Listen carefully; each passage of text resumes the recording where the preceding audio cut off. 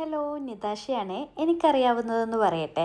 ഇന്ന് നല്ലൊരു ബട്ടർ ചിക്കൻ്റെ രുചിയിലുള്ള മുട്ടക്കറി എങ്ങനെയാണ് ഉണ്ടാക്കുന്നതെന്ന് നോക്കാം. മുട്ടക്കറിയിലേക്ക് വേണ്ടിയിട്ട് 6 മുട്ടയാണ് ഞാൻ പുഴുങ്ങിയെടുത്തിട്ടുള്ളത്. നല്ലപോലെ പുഴുങ്ങിയെടുത്തതിന് ശേഷം ക്ലീൻ ചെയ്തിട്ട് അതിലേക്ക് നന്നായിട്ട് വരയിട്ടിട്ട് അവിടെ മാറ്റി വയ്ക്കുന്നുണ്ട്. നമ്മുടെ ബട്ടർ മുട്ടക്കറി ഉണ്ടാക്കാൻ വേണ്ടിയിട്ട് ഒരു ചെറിയ പീസ് അളവിൽ ബട്ടർ കുക്കറിലേക്ക് ഇട്ട് കൊടുത്തിട്ട് അതിലേക്ക് 2 വലിയ സവാളയും 2 തക്കാളിയും എല്ലാം വലിയ പീസായിട്ട് തന്നെ കട്ട് ചെയ്താൽ മതിയേ. 3 പച്ചമുളകും ഒരു ചെറിയ പീസ് അളവിൽ ഇഞ്ചി കട്ട് ചെയ്തതും 3 അല്ലി വെളുത്തുള്ളി കട്ട് ചെയ്തതും ഏകദേശം ഒരു 7-8 അണ്ടിപ്പരിപ്പും കൂടി ഇട്ട് കൊടുക്കുന്നുണ്ട്. പിന്നെ ഒരു പിഞ്ച് ചെറിയ ജീരകം, പാകത്തിനുള്ള ഉപ്പും കൂടി ചേർത്തിട്ട് നന്നായിട്ട് ഇതുപോലെ അങ്ങ് മിക്സാക്കി കൊടുക്കുന്നുണ്ട്. ഇതുപോലെ മിക്സാക്കി എടുത്തതിന് ശേഷം പൊടികൾ ചേർത്ത് കൊടുക്കാം. ആദ്യം തന്നെ 1/4 ടീസ്പൂൺ മഞ്ഞൾപ്പൊടി, 1/4 ടീസ്പൂൺ ഗരം മസാല പൊടിയും പിന്നെ 1 ടേബിൾ സ്പൂൺ കാശ്മീരി ചില്ലി പൗഡറാണ് ചേർത്ത് കൊടുക്കുന്നത്. എന്നിട്ട് വീണ്ടും ഒന്ന് നന്നായിട്ട് ഇതുപോലെ മിക്സാക്കി കൊടുക്കുന്നുണ്ട്. ലാസ്റ്റ് ഇതിലേക്ക് 1 കപ്പ് അളവിൽ പച്ചവെള്ളം കൂടി ചേർക്കുന്നുണ്ട്. എന്നിട്ട് ഒന്നുകൂടി മിക്സാക്കി എടുത്തതിന് ശേഷം ഞാനിതാ കുക്കർ അടച്ച് വെച്ച് കൊടുക്കുന്നുണ്ട്. ഇനിയിപ്പോൾ 2 വിസിൽ മീഡിയം ഫ്ലെയിമിലിട്ട് 2 വിസിലടിച്ചതിന് ശേഷം ഫ്ലെയിം ഓഫ് ചെയ്ത് നന്നായിട്ട് പ്രഷർ പോകുന്നവരെ വെയിറ്റ് ചെയ്യാം. അങ്ങനെ ഇതാ നമ്മുടെ പ്രഷർ മൊത്തത്തിൽ പോയതിന് ശേഷം ഞാൻ കുക്കർ തുറന്ന് നോക്കുമ്പോൾ നല്ലപോലെ നമ്മൾ ചേർത്തിട്ടുള്ള സവാളയും കാര്യങ്ങളൊക്കെ വെന്ത് കുക്കായി വന്നിട്ടുണ്ട്. ഇത്രയും മതി. ഇനി ഈ ഒരു വെള്ളത്തോട് കൂടി തന്നെ കുറച്ചൊന്ന് ചൂട് കുറയുമ്പോൾ നല്ല പേസ്റ്റ് ആക്കിയിട്ടൊന്ന് അരച്ചെടുക്കണേ.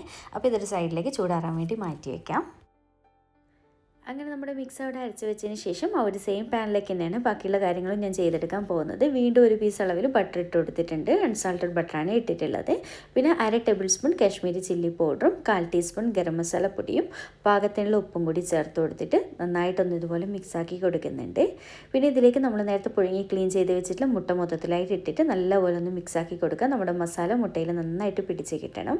അപ്പോൾ മുട്ട നന്നായിട്ട് മൊരിയണമെന്നുണ്ടെങ്കിൽ അതിനനുസരിച്ച് മൊരിച്ചെടുക്കാം. അപ്പോൾ ഞാൻ ഇതുപോലെ നല്ലപോലെ ഇതാ മസാലയൊക്കെ മുട്ടയിൽ പിടിച്ച് കിട്ടിയിട്ടുണ്ട്.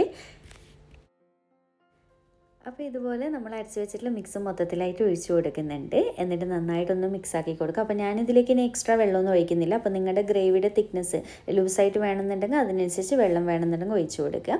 എന്നിട്ട് ഇതുപോലെ നന്നായിട്ട് അങ്ങ് മിക്സാക്കി എടുത്തതിന് ശേഷം ഞാനിതിലേക്ക് 1 ടേബിൾ സ്പൂൺ ടൊമാറ്റോ കെച്ചപ്പും കൂടി ചേർത്ത് കൊടുക്കുന്നുണ്ട്. എന്നിട്ട് വീണ്ടും നന്നായിട്ട് ഇതുപോലെ മിക്സാക്കി കൊടുക്കുന്നുണ്ട്. ഇനിയിപ്പോൾ ഉപ്പൊക്കെ വേണമെന്നുണ്ടെങ്കിൽ ഈ ഒരു സമയത്ത് ചെക്ക് ചെയ്തിട്ട് ഇട്ട് കൊടുക്കുക കേട്ടോ. ഇനിയിപ്പോൾ എല്ലാം കൂടി ചേർത്ത് നന്നായിട്ട് 1 മിനിറ്റ് നേരം ഒന്ന് നല്ലപോലെ തിളച്ച് വരട്ടെ. അങ്ങനെ ഇതാ നമ്മുടെ കറിയൊക്കെ നല്ലപോലെ തിളച്ച് വന്നിട്ടുണ്ട്. കറി റെഡി ആയിട്ടുണ്ട് കേട്ടോ. ഇനിയിപ്പോൾ ലാസ്റ്റ് ഇതിലേക്ക് 1 ടീസ്പൂൺ കസൂരി മേത്തി കൈകൊണ്ട് ഒന്നങ്ങനെ പൊടിച്ചിട്ടാണ് ഇട്ട് കൊടുക്കുന്നത്.